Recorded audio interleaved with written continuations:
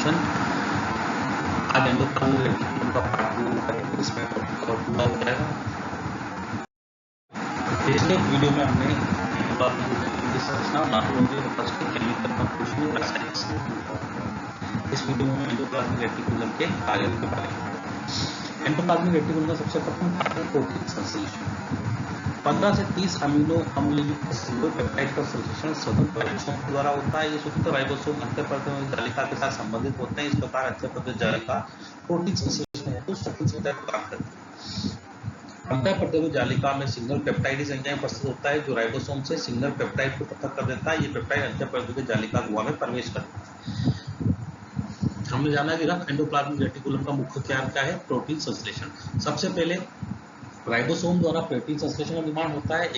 दो तरह के राइबोसोम पाए जाते हैं। एक राइबोसोम होता है जो एंडोप्लाज्मिक रेटिकुलम की बाह्य सतह पर उपस्थित होता है, रफ एंडोप्लाज्मिक रेटिकुलम की बाह्य सतह पर उपस्थित होता है। दूसरा कोशिका गर्भ में स्वतंत्र रूप से पाया जाता है। दोनों ही राइबोसोम से जब प्रोटीन का निर्माण होता है 15 से 30 अमीनो अम्ल युक्त, तो वह सबसे पहले क्या होता है कि एंडोप्लाज्मिक रेटिकुलम में प्रवेश करता है। उस समय जब प्रवेश करता है उस समय तो उस पर एक प्रोटीन की एक एक्स्ट्रा सीक्वेंस लगी होती है जिसको हम सिग्नल पेप्टाइड कहते हैं। यह सिग्नल पेप्टाइडेज एंजाइम जो अंतःपरत जालिका में पाया जाता है द्वारा अलग कर दिया जाता है। जैसे कि एग्जाम बताया गया, राइबोसोम पाया जा रहा है, इसमें सिग्नल पेप्टाइडेज है। अब ये इससे प्रोटीन का जो निर्माण हो रहा है वह अंतःपरत जालिका के अंदर उसके ल्यूमन में प्रवेश कर रहा है। दूसरा इसका कार्य है मैकेनिकल सपोर्ट या यांत्रिक सामर्थ्य। हमने बताया क्योंकि ये संपूर्ण कोशिका गर्भ में फैली हुई रहती है अंतःपरत जालिका, तथा एक तरफ ये न्यूक्लियर मेम्ब्रेन तथा दूसरी तरफ प्लाज्मा मेम्ब्रेन से अटैच रहती है, तो यह कोशिका को एक आकार प्रदान करती है, उसकी एक तरह से साइटोस्केलेटन के रूप में काम करती है, तो यह उसको यांत्रिक सामर्थ्य प्रदान करती है। तीसरा इसका कार्य है ग्लाइकोजन मेटाबॉलिज्म। जैसे मैंने बताया कि स्मूथ एंडोप्लाज्मिक रेटिकुलम का मुख्य कार्य लिपिड फॉर्मेशन से होता है, क्योंकि उसमें राइबोसोम नहीं पाए जाते। इसका असली मुख्य कार्य है लिपिड संश्लेषण या लिपिड मेटाबॉलिज्म से। तो जो भी स्मूथ एंडोप्लाज्मिक रेटिकुलम पाई जाती है उसमें ग्लाइकोजन मेटाबॉलिज्म पाया जाता है। ग्लाइकोजन मेटाबॉलिज्म के अंदर अंतःपरत जालिका में ग्लूकोज 6 फॉस्फेटेज एंजाइम पाया जाता है जो ग्लाइकोजन के विखंडन से संबंधित होता है। इसमें ग्लूकोज 6 फॉस्फेटेज एंजाइम पाया जाता है जो ग्लाइकोजन का विखंडन करता है। ये इसका मार्कर एंजाइम भी पाया जाता है, मार्क कहलाता है। इसमें यूडीपीजी ग्लाइकोजन ट्रांसफरेज एंजाइम पाया जाता है जो ग्लाइकोजन के संश्लेषण से संबंधित है। इसमें यूडीपीजी ग्लाइकोजन ट्रांसफरेज ही पाया जाता है जो ग्लाइकोजन का संश्लेषण से रिलेटेड है। अब लिपिड संश्लेषण, माफ कीजिएगा, ग्लाइकोजन का नाम मैंने लिपिड सिंथेसिस जोड़ दिया। लिपिड संश्लेषण स्मूथ एंडोप्लाज्मिक रेटिकुलम के अंदर लिपिड संश्लेषण, लिपिड मेटाबॉलिज्म पाया जाता है। इसमें ट्राइग्लिसराइड का संश्लेषण होता है। स्टेन ने बताया कि इसमें ट्राइग्लिसराइड का संश्लेषण होता है। क्लोड ने बताया कि स्मूथ एंडोप्लाज्मिक रेटिकुलम में ट्राइग्लिसराइड का संश्लेषण होता है, जबकि रफ एंडोप्लाज्मिक रेटिकुलम में फास्फोलिपिड का संश्लेषण होता है। इसमें लिपिड का संग्रहण भी होता है। मतलब ये लिपिड संश्लेषण से मेन काम करती है। जैसे कि रफ एंडोप्लाज्मिक रेटिकुलम प्रोटीन संश्लेषण से रिलेटेड होती है क्योंकि उस पर राइबोसोम पाया जाता है, तथा स्मूथ एंडोप्लाज्मिक रेटिकुलम लिपिड संश्लेषण या ट्राइग्लिसराइड के निर्माण से संबंधित होती है। क्योंकि इनमें राइबोसोम उपस्थित नहीं होता इसलिए ये प्रोटीन संश्लेषण नॉर्मली नहीं करती।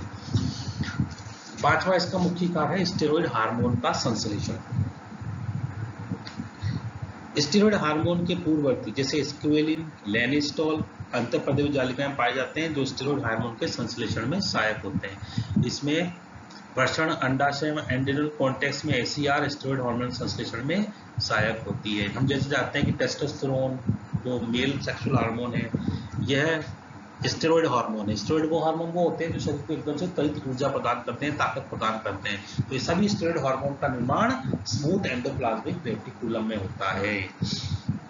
इसका मुख्य दूसरा छठा इंपॉर्टेंट काम है डिटॉक्सिफिकेशन, या ये हमारे सेल के अंदर पाए जाने वाले टॉक्सिस को नष्ट करती है।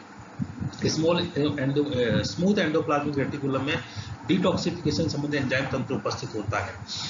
सातवां होता है माइक्रोबॉडीज का निर्माण। इसका कार्य है सूक्ष्म पिंडों का निर्माण। इलेक्ट्रॉन घनत्व से भरी हुई सूक्ष्म रचनाएं अंतःपरत जालिका के निकट उपस्थित होती है, इन्हें माइक्रोबॉडीज कहते हैं। यह माना जाता है कि इनका निर्माण सिस्टर्नी के एक्सटेंशन से होता है। इन सूक्ष्म बॉडीज में peroxidase, catalase, D amino acid oxidase enzyme पाए जाते हैं। माइक्रोबॉडीज होती है जो लाइसोसोम जैसी संरचना होती है, जिनमें डिफरेंट टाइप के एंजाइम्स भरे होते हैं। इन माइक्रोबॉडीज का निर्माण भी एंडोप्लाज्मिक रेटिकुलम में होता है, क्योंकि एक प्रकार के प्रोटीन होते हैं। तो रफ एंडोप्लाज्मिक रेटिकुलम प्रोटीन निर्माण होता है, वहां से गोल्जी बॉडी में चले जाते हैं। गोल्जी बॉडी से आगे जाके माइक्रोबॉडीज का निर्माण हो जाता है, जिसको हम गल क्षेत्र कहते हैं। वही माइक्रोबॉडीज के निर्माण में भी सहायक होती है।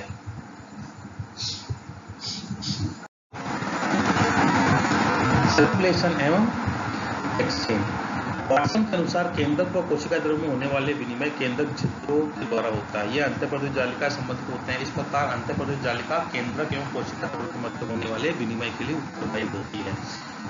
अंतःप्रदेश जालिका की सतह भी सिस्टर्नी गुहा से विनिमित होती है। यह विनिमय मिश्रण द्वारा सक्रिय परिवहन द्वारा होता है।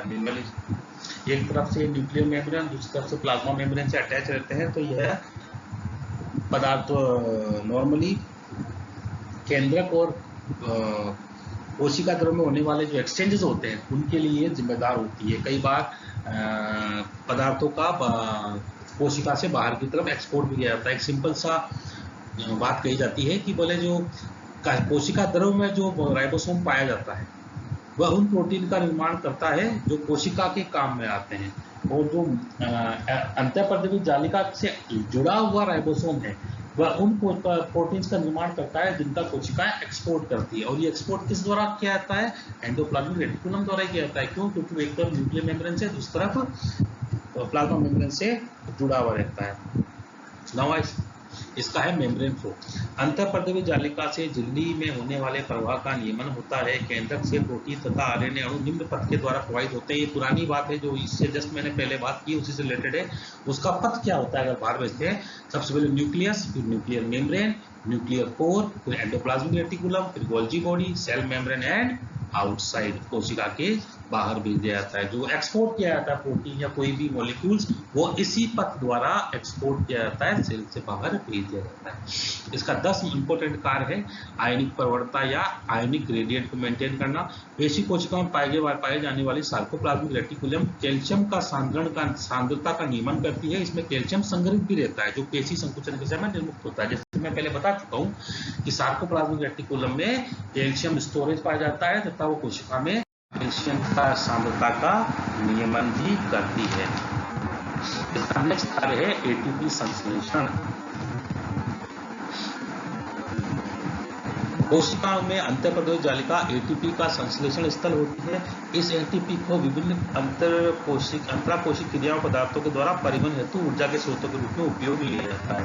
सिंपल सी बात है, एटीपी संश्लेषण करते हैं, हम जानते हैं एनर्जी बंडल होते हैं एटीपी ट्राइफॉस्फेट, ये इसका संश्लेषण स्थल होती है। पर मोस्टली एटीपी फॉर्मेशन माइटोकॉन्ड्रिया में होता है, यहाँ भी होता है। इम्पल्स प्रोपगेशन या उद्दीपन संचरण, अब यही बात है, जब पेशी कोशिकाओं में जब उद्दीपन आता है तो उद्दीपन का संचरण पेशी कोशिकाओं में सार्कोप्लाज्मिक रेटिकुलम पाई जाती है उसमें से होता हुआ जाता है। तो यही कार्य पेशियों के अंदर ये इम्पल्स प्रोपगेशन पाया जाता है। रेखित पेशी कोशिकाओं में पाई जाने वाली सार्कोप्लाज्मिक रेटिकुलम उद्दीपन संचरण का कार्य करती है। यह जालिका सार्कोप्लाज्म से पेशी तंतुओं की गहराई तक उद्दीपन का संचरण करती है। रेटिना की वर्णक कोशिका में पाई जाने वाली जालिका प्रकाशग्राही या फोटो रिसेप्टर का ही कार्य करती है, जो बात मैं आपको पहले बता चुका हूँ।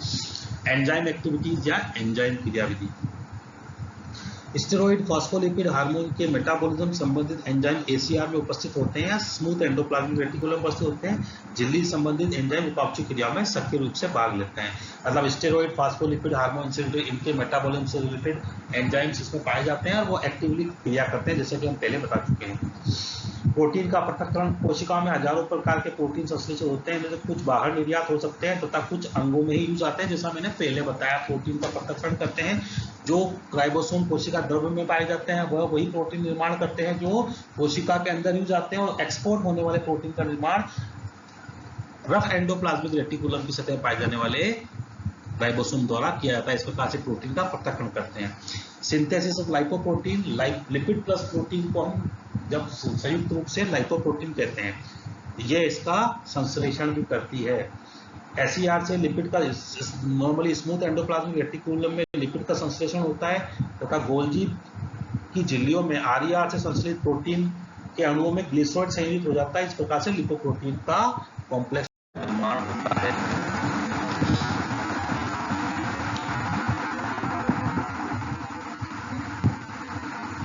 आनुवंशिक पदार्थों से सूचिकाओं का प्रदान। आनुवंशिक पदार्थों के परिवहन हेतु अंतःपदवीय जालिका पथ प्रदान करती है। इस कारण आनुवंशिक पदार्थ केंद्रक से विभिन्न अपकोशिक अणुओं में स्थानांतरण करते हैं। कार्बोहाइड्रेट, प्रोटीन तथा वसा का अपक्षय। आनुवंशिक पदार्थ क्या होते हैं? डीएनए तथा आरएनए।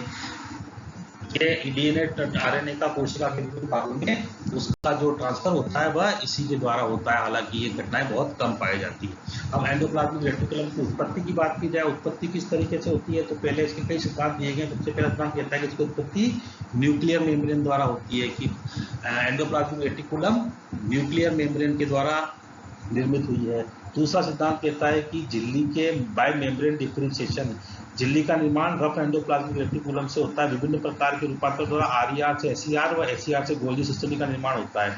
इस प्रकार से विभिन्न प्रकार के मेम्ब्रेन डिफरेंशिएशन से आनुवंशिक अंत्यपदवी जालिका का निर्माण होता है। एन्यूनिट लैमेली के द्वारा सामान्यतः अंत्यपदवी जालिका की झिल्ली सतत प्रकार की होती है। इसमें किसी प्रकार के रंध्र व रंध्र संकुल उपस्थित नहीं होते। कुछ कोशिकाओं के अंत्यपदवी जालिका छिद्र प्रकार की होती है। इसमें कोर कॉम्प्लेक्स उपस्थित होता है। इस प्रकार की संरचना को एन्यूनिट लैमेली कहते हैं। और ये सिद्धांत कहता है कि इसी के द्वारा अंत्यपदवी जालिका का निर्माण होता है। ये दोहरी भित्ति वाली रचनाएं होती है। लगभग 2 से 12 एमएल मिलकर एक स्टेक का निर्माण करती है। ये संरचनात्मक रूप से केंद्र झिल्ली के समान होती है। माना जाता है कि एन्यूनिट लैमेली का निर्माण केंद्र झिल्ली के द्वारा होता है तथा केंद्र के बाहर झिल्ली से परिवहन द्वारा केशिका का निर्माण होता है। इसे ब्लैब कहते हैं। ये घटना ब्लैबिंग कहलाती है। इन रचनाओं के संलयन से सिस्टमी का निर्माण होता है। मैट्रिक्स में उपस्थित पदार्थ रंध्रों में समाविष्ट रहते हैं। इसे एन्यूली का निर्माण होता है। सामान्य सिद्धांत कह रहा है कि न्यूक्लियर मेम्ब्रेन से एन्यूलेट लैमेली का निर्माण होता है और एन्यूलेट लैमेली से बहिर्वलन से ब्लैबिंग के द्वारा endoplasmic reticulum system, endoplasmic reticulum की सिस्टमी का निर्माण होता है। और उससे आगे जाके डिफरेंट टाइप ऑफ स्ट्रक्चर जैसे कि वेसिकल, ट्यूबुल्स, इनका निर्माण होता है। इस प्रकार से एंडोप्लाज्मिक रेटिकुलम की उत्पत्ति हुई है। ये डायग्रामेटिक दिखाया गया है। एंडोप्लाज्मिक रेटिकुलम किससे पाया जाता है? ये एन्यूलेट लैमेली सबसे नीचे बन रही है, इससे ऊपर ब्लैबिंग हुई, ब्लैबिंग से फिर धीरे धीरे सिस्टर्नी का निर्माण हुआ, जिसके ऊपर राइबोसोम अटैच हो गए तो एंडोप्लाज्मिक रेटिकुलम का निर्माण हुआ। कोशिका झिल्ली के अंतर संबंध की बात की जाए तो बाह्य को देखने का पता चलता है कि वाटसन ने कहा है कि बाह्य केंद्रक झिल्ली में अंतःपदवी जालिका की संरचना प्रवेश करते हैं। जॉर्डस्टन ने कोशिका की विभिन्न झिल्लियों के आपसी अंतर संबंधों को निम्न शब्दों का प्रयोग किया है। ये घटना पूरी उसी की बताती है जैसे कि बताया किस प्रकार निर्माण होता है। बाह्य केंद्रक झिल्ली से ब्लेबिंग द्वारा छोटी छोटी वेसिकल का निर्माण होता है, जिसके संलयन से एन्यूलेट लैमेली बनती है। एन्यूलेट लैमेली से राइबोसोम संयुक्त होते हैं, जिससे आरईआर का निर्माण होता है। गोल्जी झिल्ली की उत्पत्ति एसईआर से होती है। गोल्जी से उत्पन्न वेसिकल के संलयन से प्लाज्मा लेमा का निर्माण होता है। गोल्जी कॉल से सिस्टम से प्राथमिक लाइसोसोम का निर्माण होता है। यह फेगोसोम या पिनोसोम या फेगोसोम के साथ संलयित हो जाती है। नॉर्मली वही चीज बताई गई है जो हमने पहले में समझाया। प्लाज्मा लेमा, पिनोसाइट वेसिकल, उससे प्राइमरी लाइसोसोम, गोल्जी मेम्ब्रेन से ब्लेबिंग होती है, इससे प्राइमरी लाइसोसोम बनता है। न्यूक्लियर एंडोलम से ब्लेबिंग से एन्यूलेट लैमेली बनती है, फिर इससे रफ एंडोप्लाज्मिक रेटिकुलम बनता है। रफ एंडोप्लाज्मिक रेटिकुलम से गोल्जी बॉडी बनती है। ये पूरे विरल क्षेत्र जो मैंने बात बताई थी आपको, Golgi body, endoplasmic reticulum, endoplasmic reticulum, lysosome सब आपस में जुड़े हुए हैं। ये सबकी उत्पत्ति एक दूसरे से अटैच रहती है। यहाँ पे एंडोप्लाज्मिक रेटिकुलम नाम होता है। धन्यवाद।